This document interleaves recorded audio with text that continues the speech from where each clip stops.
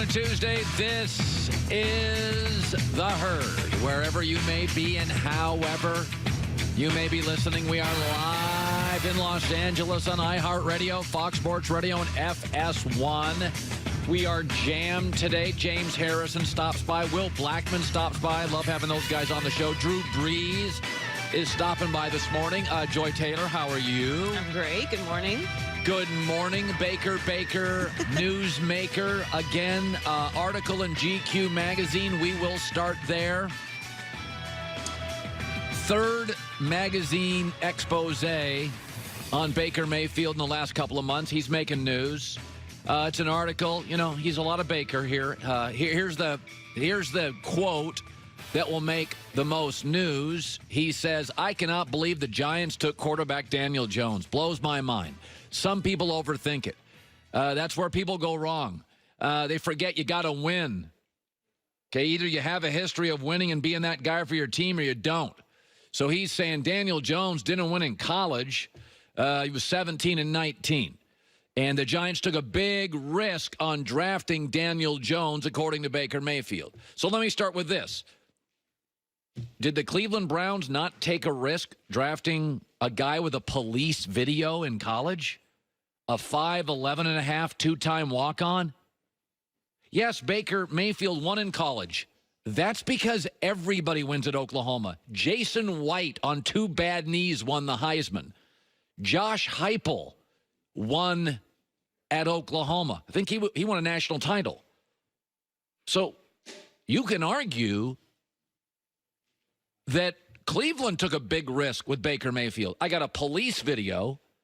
He comes from a program where every quarterback wins. They've had multiple guys in the NFL drafted that have been busts at quarterback. I would say this about Baker, though. Baker's made it very easy for me to evaluate him, because what Baker is saying is there's no context to winning. Did you win, period? By the way, Tim Tebow was 35 and 6 in college. Colt McCoy was 45 and 8. Kellen Moore was 50 and 3. And A.J. McCarron was 36 and 4. You know who didn't win in college? Patrick Mahomes and Jared Goff and Matt Ryan. They didn't win much in college. But again, Baker Mayfield said it's all about winning. There's no nuance needed, no context. I've said before, if Baker Mayfield succeeds in Cleveland, it will be more impressive than, let's say, Patrick Mahomes winning in Kansas City, because Patrick Mahomes has Andy Reid. That's a stable team. That's good ownership. Cleveland, not stable, not great ownership. So winning in Cleveland, because I believe there's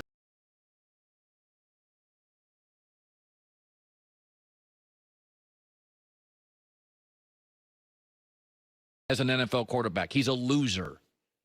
By the way, he's 1-5 against playoff teams. He's a loser because there's no context to anything. Matt Ryan played with Boston College teammates who don't go to the pros. Tim Tebow played with 37 NFL, but there's no context to it. Daniel Jones is a loser. I'm a winner, Baker Mayfield. Not to mention Daniel Jones was throwing to guys who don't get drafted by the CFL.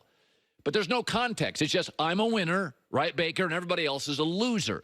So let's go to Baker Mayfield's big wins last year in the NFL. 28-16 over Atlanta, missing 3 of their 4 defensive back starters, a 7-9 team. That was a big win for him. He did beat Cincinnati. Oh, they finished in 4th place. Starting quarterback got hurt during the game. He beat Carolina. Oh, Cam was hurt, and they won 1 game after Thanksgiving. Oh, he did beat Denver. They were 6-10. And then he beat Cincinnati again, starting Jeff Driscoll at quarterback. Those were the wins. No context, no nuance. Those are the wins, right? They won. Baker Mayfield has won 1 NFL game outside of Ohio. 1. See, because I believe winning has context. I think it's easier to win quarterbacking Oklahoma and Florida than it is like Jared Goff at Cal or Patrick Mahomes at Texas Tech or Andrew Luck at Stanford. See, I think there's context to it. I do think winning in Cleveland with a GM and John Dorsey who was fired, Jimmy Haslam who's been chaotic, Freddie Kitchens a rookie head coach, and the youngest roster in the NFL, and some really dramatic players, OBJ, Sheldon Richardson. I think that would be very impressive. That would be if you had nuance and context to winning instead of just that guy didn't win in college, I won in college. Because you do realize, Baker, Patrick Mahomes' NFL record, he's a winner. You're a loser right now. But he has Andy Reid. Doesn't matter. Patrick's a winner. You're a loser. Because it's all about winning. There's no context to it. I would just like to remind everybody, 6-7 is Baker Mayfield's NFL record. 1-5, one win outside of Ohio. That's the winner for you. He is some winner. Let me shift to this. Jimmy Garoppolo had a 0-0 quarterback rating last night. He was not great. And so this morning, people are like, whoa, this Jimmy Garoppolo thing is not great for San Francisco. Okay, here's what I don't need with Jimmy Garoppolo. Small sample sizes. Because that's all I have with him. And last night, I got 11 snaps. You ever had tapas? He's the tapas of NFL quarterbacks.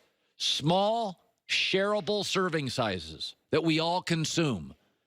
I don't know what to make of last night. The average NFL team averages 23.5 points and about 5 points in the first quarter. San Francisco didn't have any. But you have to remember with Jimmy Garoppolo, he's coming off an ACL surgery. Tom Brady wasn't great the year he came off the surgery. He's played 10 games. He's 8-2. I think he's good. His offensive line last night looked overwhelmed with Bradley Chubb coming hard for Denver on the end. He's coming off an injury. The best receiver San Francisco has, George Kittle, the tight end, didn't play. The rest of the receivers are young and still learning the offense. The offensive line look overwhelmed. Vic Fangio's one of the top defensive guys in the NFL. He's now the head coach of Denver. I don't know what to make of it. Because with Jimmy Garoppolo, the last thing I need is more small sample sizes. And that is, again, what I got last night. 11 snaps.